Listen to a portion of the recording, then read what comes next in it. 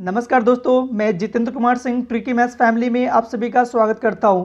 दोस्तों, मैथ्स के इस सेशन में बहुत ही ज़्यादा आज मज़ा आने वाला है, क्योंकि आज हम सभी इम्पॉर्टेंट क्वेश्चंस, चाहे वो एसएससी, सीजीएल, सीएचएसएल या फिर रेलवे, एनटीपीसी, ग्रुप डी या कोई भी एग्जाम्स हो, पीसीएस का कोई भी एग्जाम्स हो, सभी एग्जाम से लिया हुआ इम्पॉर्टेंट क्वेश्चंस को, जिसको करने में आपको काफ़ी समय लगते थे, उसी क्वेश्चन को आज विदाउट पेन एंड पेपर, आपने तो थंबनेल में देख ही लिया होगा कि जो भी क्वेश्चंस लगाएंगे विदाउट पेन एंड पेपर का ही क्वेश्चंस को लगाएंगे।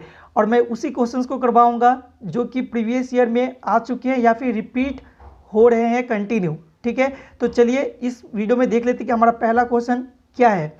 देखिए, पहला क्वेश्चन है, किसी वर्ग के क्षेत्रफल, ठीक है, तथा वर्ग के विकर्ण पर बने वर्ग के क्षेत्रफल का अनुपात क्या होगा। क्वेश्चन समझ में आया। देख, क्वेश्चन बोला है कि कोई एक वर्ग है, ठीक है, चलिए मैं यहाँ पे एक वर्ग ड्रॉ कर देता हूँ। ठीक है, ये जो वर्ग है, अब इसी वर्ग का एक विकर्ण होगा, तो मान लेते हैं कि ये विकर्ण है।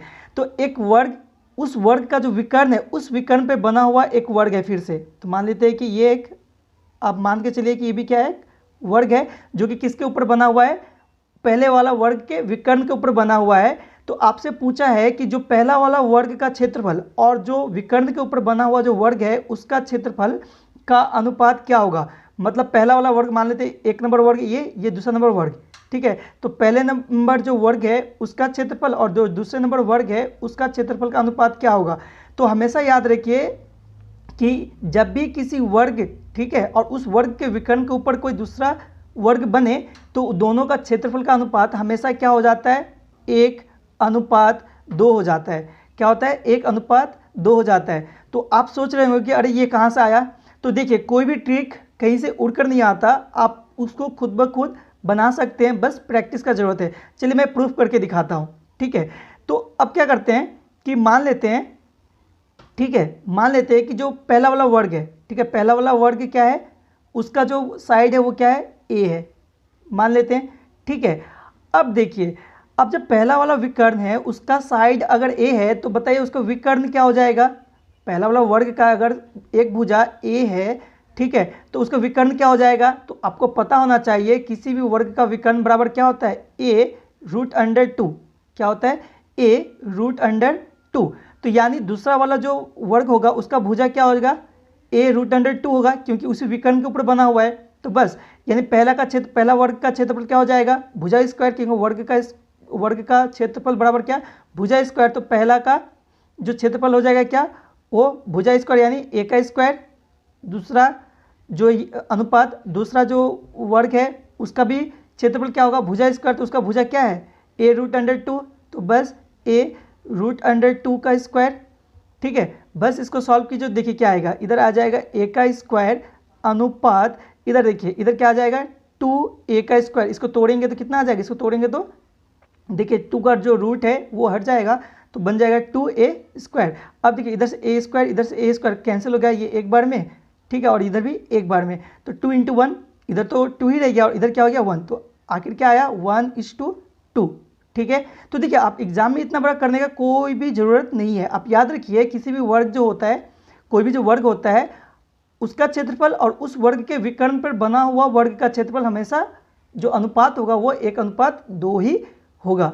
ठीक है, समझ में आया। तो बस मैं वही बता रहा था कि कोई भी जो ट्रिक है वो कहीं से आता नहीं है, उड़कर नहीं आता, उसके पीछे एक सिंपल सा लॉजिक होता है, क्योंकि मैथ्स में कुछ भी इलॉजिकल नहीं होता। ठीक है, सबके पीछे एक लॉजिक होता ही है। ठीक है, चलिए अगला क्वेश्चन देखते हैं, हमारा अगला क्वेश्चन क्या है।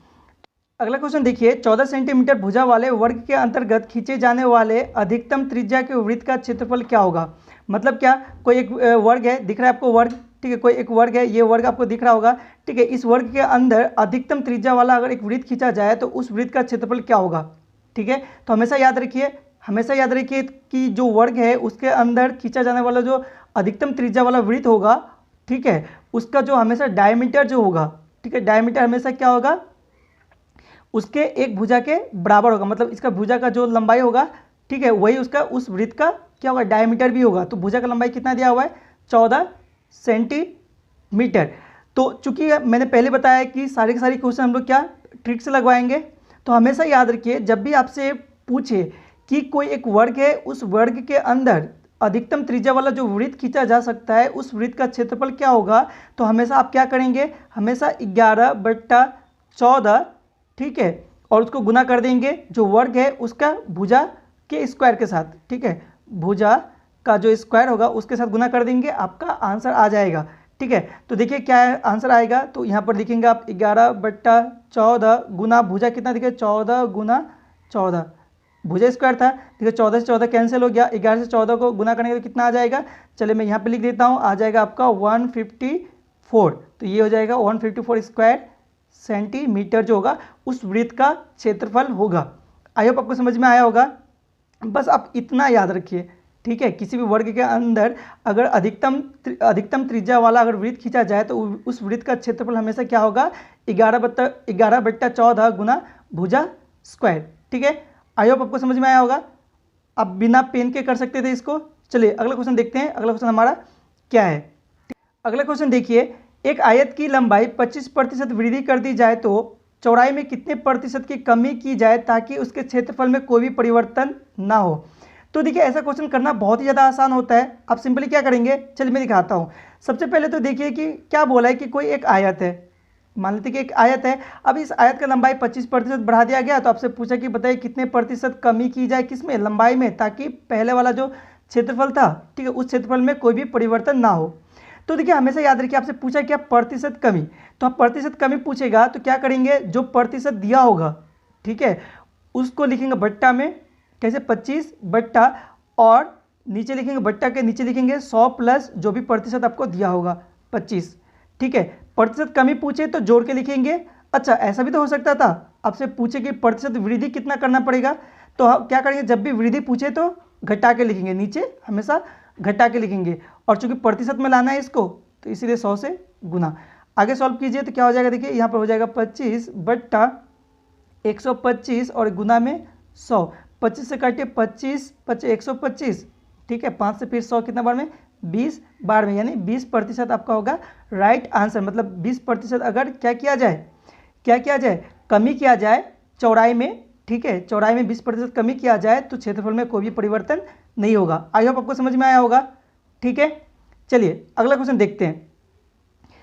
देखिए अगला क्वेश्चन हमारा क्या है, देखिए अगला क्वेश्चन है, एक आयत की लंबाई में 60% की वृद्धि की गई है, इसकी चौड़ाई में कितने प्रतिशत कमी की जाए कि क्षेत्रफल में कोई भी परिवर्तन ना हो। दोस्तों ये क्वेश्चन आपके लिए, क्योंकि अभी अभी मैंने इस तरह का क्वेश्चन कराया। ठीक है, आपको इसका आंसर कमेंट में लिखना है। ठीक है, चलिए देखते हैं कितनों का आंसर राइट आता है। ठीक है, चलिए देखते हैं हमारा अगला क्वेश्चन क्या है। अगला क्वेश्चन देखिए, एक वृत्त की त्रिज्या को 4 गुना बढ़ा देने से उसका क्षेत्रफल कितना प्रतिशत से बढ़ जाएगा। बहुत ही ज़्यादा आसान क्वेश्चन होता है दोस्तों इस तरह का। बोला कि एक वृत्त की त्रिज्या को 4 गुना बढ़ा देने से उसके क्षेत्रफल जो है वो कितना प्रतिशत से बढ़ जाएगा। तो देखिए हमेशा याद रखिए कि जब भी आपसे बोले कि वृत्त का त्रिज्या इतना गुना बढ़ा दिया जाए तो उसके क्षेत्रफल कितना बढ़ जाएगा, ऐसा क्वेश्चन को करने के लिए क्या करेंगे, देखिए कि आपको दिया हुआ क्या है कि कितना गुना, क्या देखना है आपको, देखना ये है कि कितना गुना का बात किया है वो। तो यहाँ पर कितना गुना का बात किया है, यहाँ पर बात किया है वो 4 गुना का। ठीक है, तो आप करेंगे क्या, 4 का स्क्वायर निकाल लीजिए सबसे पहले, उससे 1 घटा लीजिए, ठीक है, और टोटल को 100 से गुना कर दीजिए, 100 से गुना कर दीजिए, आपका आंसर आ जाएगा। तो देखिए क्या हो जाएगा, 4 का स्क्वायर 16, 4 का स्क्वायर 16, घटाएंगे 1, ठीक है, कितना हो जाएगा 15, और गुना में इधर 100, तो कितना हो जाएगा 1500। राइट आंसर क्या हो जाएगा 1500%, यानी उस वृत्त का, ठीक है, जो क्षेत्रफल में कितना प्रतिशत वृद्धि हो जाएगा, बढ़ जाएगा, तो 1500% वृद्धि हो जाएगा। आप इसको ओरली कर सकते हैं। ठीक है, चलिए अगला क्वेश्चन देखते हैं। अगला क्वेश्चन हमारा क्या है।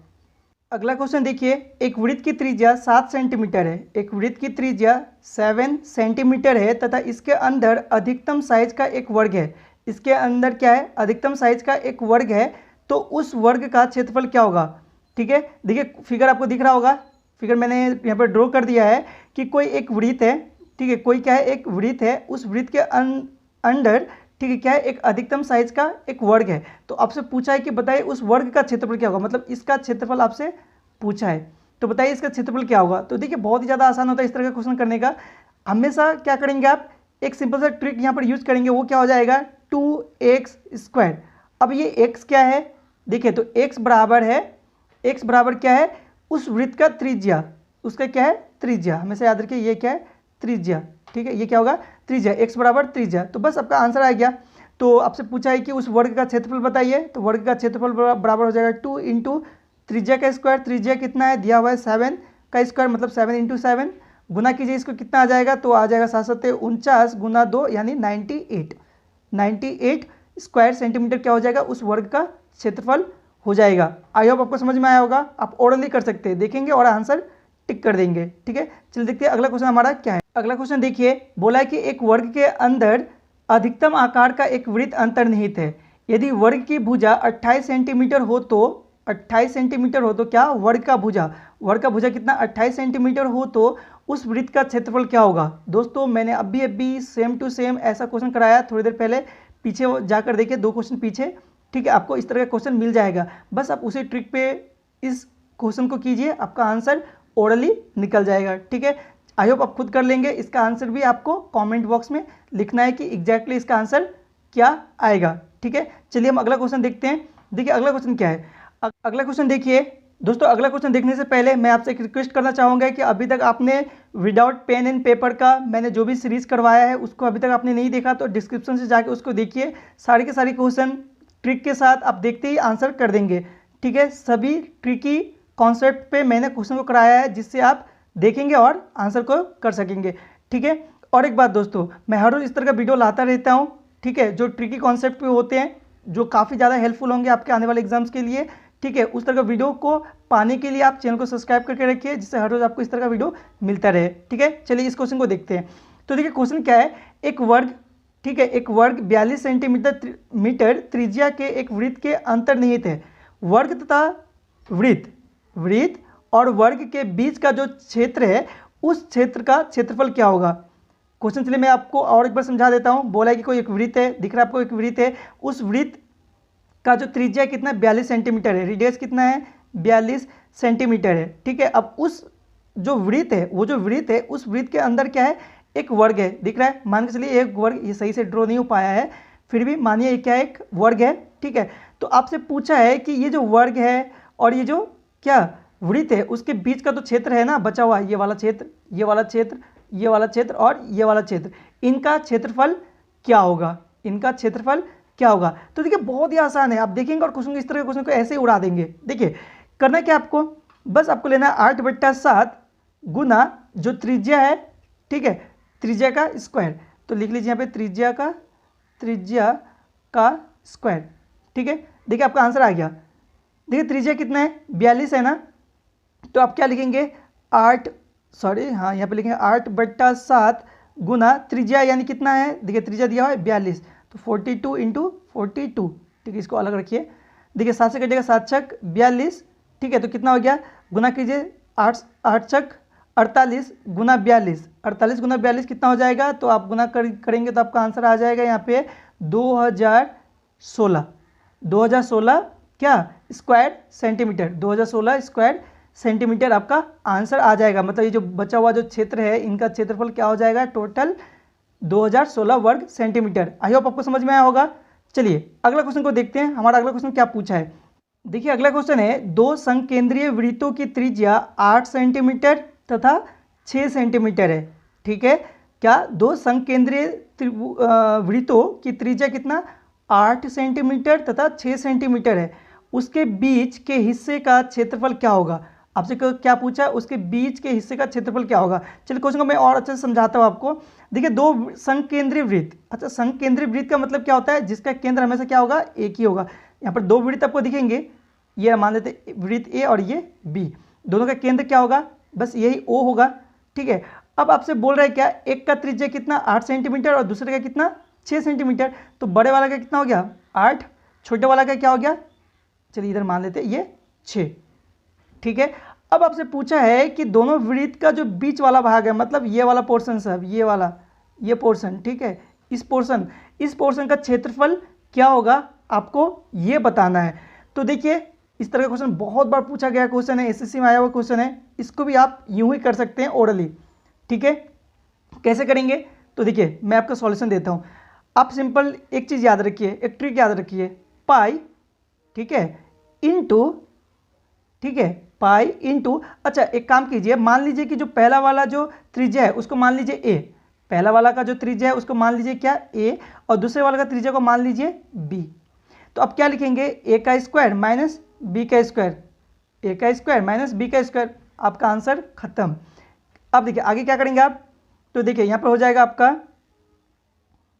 पाई, ठीक है, ए का स्क्वायर यानी 8 का स्क्वायर, आप रख लीजिए 8 का स्क्वायर, ठीक है, माइनस बी का स्क्वायर मतलब 6 का स्क्वायर। तो अब आप देखिए यहाँ पर क्या टूटेगा, ये ए स्क्वायर माइनस बी स्क्वायर में, ये किस में टूटेगा, ए स्क्वायर माइनस बी स्क्वायर में। चलिए मैं इसको तोड़ के आपको बताता हूँ, ठीक है, मैं इसको तोड़ के बताता हूँ तो क्या हो जाएगा। चलिए 1 मिनट, देखिए अब क्या हो जाता है, तो हो जाता पाई का वैल्यू कितना, पाई का वैल्यू हो जाता 22/7, ठीक है। अब 8 का स्क्वायर माइनस 6 का स्क्वायर मतलब ए स्क्वायर माइनस बी स्क्वायर का फॉर्मूला में टूटेगा, ठीक है। तो क्या हो जाएगा 8 + 6 और 8 - 6, ठीक है। आगे देखिए, तो आगे क्या हो जाएगा, तो देखिए 22/7, ठीक है, 8 से 6 गया तो कितना, 8 से 6 गया तो यहाँ पर 2 गुना, सॉरी, अच्छा ये घटेगा तो पहले तो यही आएगा, ठीक है, 2 और इसको जोड़ेंगे, किसको भी पहले कीजिए आंसर तो वही आना है, ठीक है। तो 8 और 6 कितना हो जाएगा 14, 7 से काटिए, 7 × 2 = 14, ठीक है। तो इधर कितना हो जाएगा 2 × 4 और 22, 22 × 4 कितना हो जाएगा, 22 × 4 हो जाएगा 88, क्या हो जाएगा 88, क्या हो जाएगा आपका राइट आंसर 88, मतलब इसका ये जो खाली हिस्सा है इसका क्षेत्रफल क्या हो जाएगा 88 वर्ग सेंटीमीटर, कितना हो जाएगा 88 वर्ग सेंटीमीटर, ठीक है। आई होप आपको समझ में आया होगा, बहुत ही ज़्यादा आसान है, ठीक है। चलिए तो इस वीडियो में बस इतना ही, नेक्स्ट वीडियो में मिलते हैं। मैं हर रोज इस तरह का वीडियो अपलोड करता हूँ, आप चैनल को सब्सक्राइब करके रखिए, ठीक है, और बेल आइकन को भी दबा के रखिए, ठीक है, और अपने दोस्तों में साथ ही साथ शेयर भी कीजिए, जिससे क्या हो उनको भी काफ़ी ज़्यादा हेल्प हो सके। आपके ग्रुप में इसको शेयर कर सकते हैं, जिससे क्या हो आपके ग्रुप में भी सभी का हेल्प होगा, ठीक है। चलिए तब तक के लिए थैंक यू, फिर से कल के वीडियो में मिलते हैं, तब तक पढ़ते रहिए और सीखते रहिए।